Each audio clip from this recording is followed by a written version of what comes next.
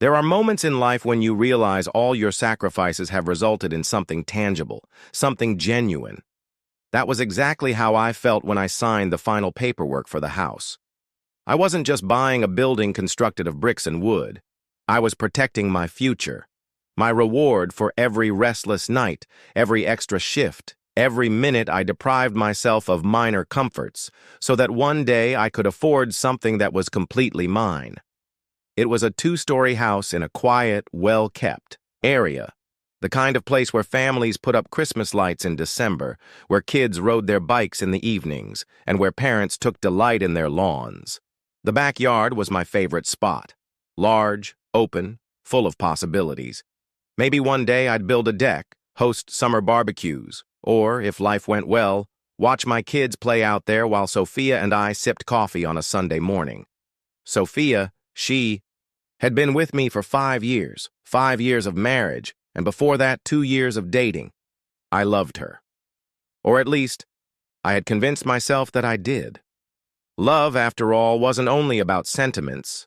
It was about commitment, about moving forward even when things became hard.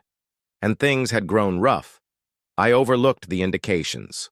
Back then, the way her parents treated me like their personal ATM, the way she never hesitated to remind me of what she deserved, the way her adoration always seemed to increase once I did something for her. Maybe I should have spotted it sooner. Maybe I should have realized that real love wasn't intended to feel like a transaction, but I was too deep in it, too focused on the future I wanted to construct. So when the day finally came to bring Sophia to the house for the first time, I was nervous. Excited, yes, but nervous. I wanted her to love it as much as I did. I wanted her to see it as the home we would build our future in. I remember standing outside with the keys in my fingers, turning to look at her, anticipating a reaction. She barely even glanced at the house before turning to me with an emotion I couldn't quite place. Not excitement, not thankfulness, simply entitlement. She snatched the keys from my hand, jingling them in her palm like she had just been handed a new toy. "My parents will live here too," she said so nonchalantly, so effortlessly, as if she had already made the decision long before I had even handed her the keys. At first I believed I misheard her. "What?" I asked, forcing out a little bewildered laugh. Sophia shrugged, walking toward the door as if the place already belonged to her. "My parents. They'll move in with us. There's plenty of space, so it shouldn't be an issue." I glanced at her, waiting for her to grin, to let me know it was a joke, that she was simply testing my reaction. It never came. "Sophia," I said, trying to keep my voice cool. "This is our house. Just us." She turned to me then, her face tightening, her lips squeezing into a tiny line. "That's selfish," she said, as if I had just suggested dumping them into the streets. I blinked, trying to grasp what was happening. "Sophia, I worked my ass off for this house. I spent years saving. This was for us, for our future. She didn't." "Look impressed. In fact, she looked annoyed."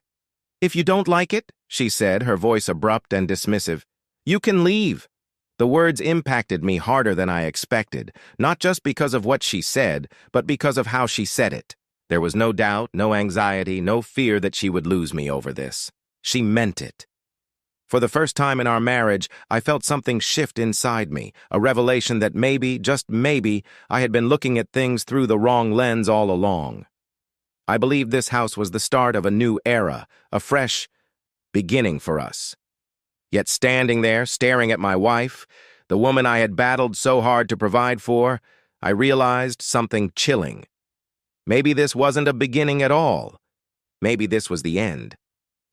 When I married Sophia, I believed I knew what I was entering into. We had been together long enough for me to know her weaknesses, her stubbornness, her caustic tongue, her unwillingness to compromise. But love, I told myself, was about embracing the good with the bad. And in the beginning, there was a lot of good. We laughed. We traveled.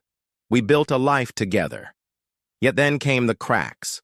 Little at first, like tiny fractures in glass. Sophia's family was the first sign. Her parents, Margaret and Henry, had always been involved in our lives, but I never viewed it as a problem. In fact, I wanted to believe it was a good thing, a sign that they cared about their daughter, about us. Yet over time, I began to learn that their engagement wasn't out of love. It was out of convenience. They saw me as an opportunity, a walking pocketbook they could dip into if life got a little too painful for them. It started with small loans. Margaret would call Sophia, her voice dripping with anxiety. "Sweetheart, your father and I are struggling this month. If you could send a little something, we'd be so thankful." And Sophia, she never even hesitated. She would transfer the money without so much as a chat with me, as if our finances were hers alone to govern. At first, I didn't mind.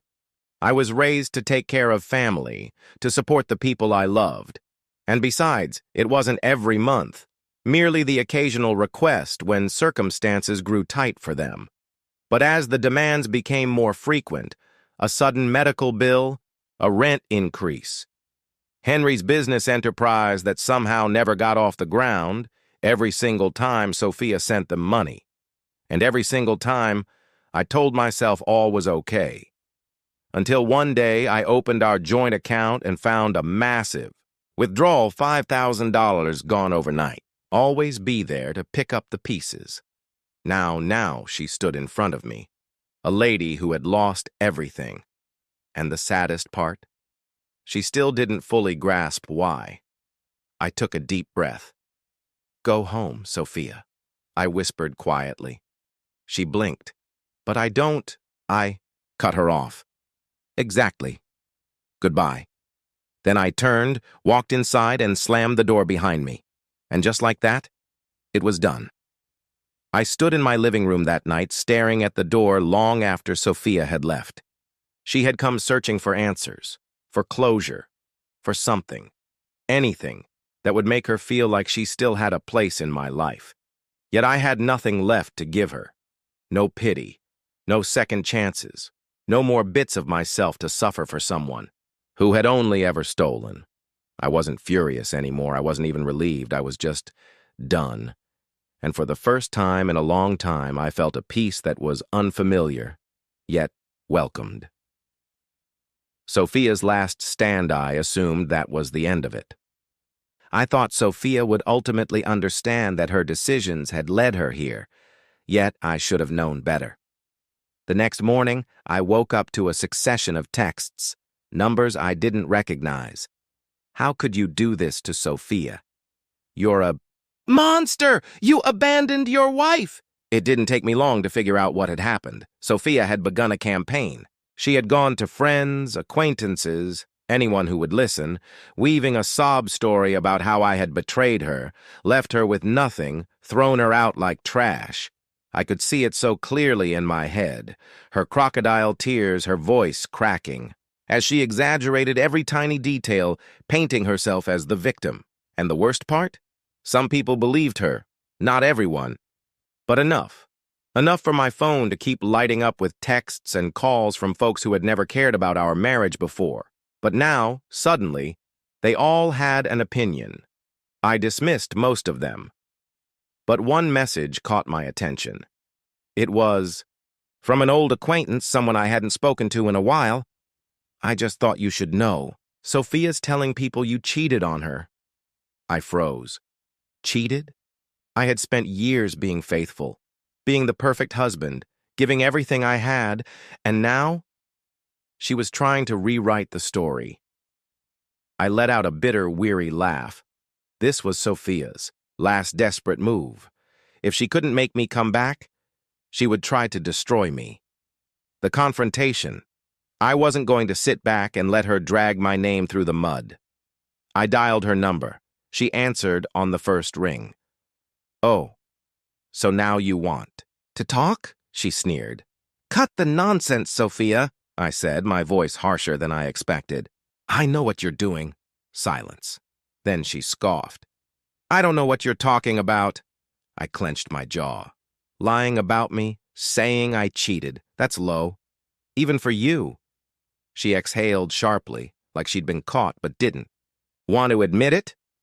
People will believe what they want to believe. No, Sophia. You made them believe it. You spread the lie. She didn't deny it. Of course she didn't.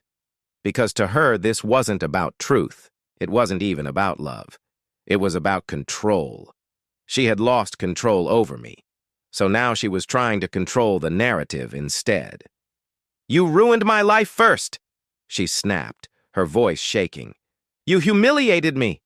You took everything away from me. You made me look weak. There it was. It wasn't about what I had done. It was about how I had made her look. She didn't care that she had hurt me. She didn't care that she had taken me for granted. She only cared that I had finally stood up for myself. I let out a slow breath. Sophia, this is the last time we are ever going to speak. Her breath hitched. What? You want to play the victim? Go ahead. You want to spread lies? Fine. I don't care anymore. I paused, letting the weight of my words settle. Although, you and I both know the truth. Stillness. For a moment, I thought she had hung up, then a choked sob. I hate you, she murmured.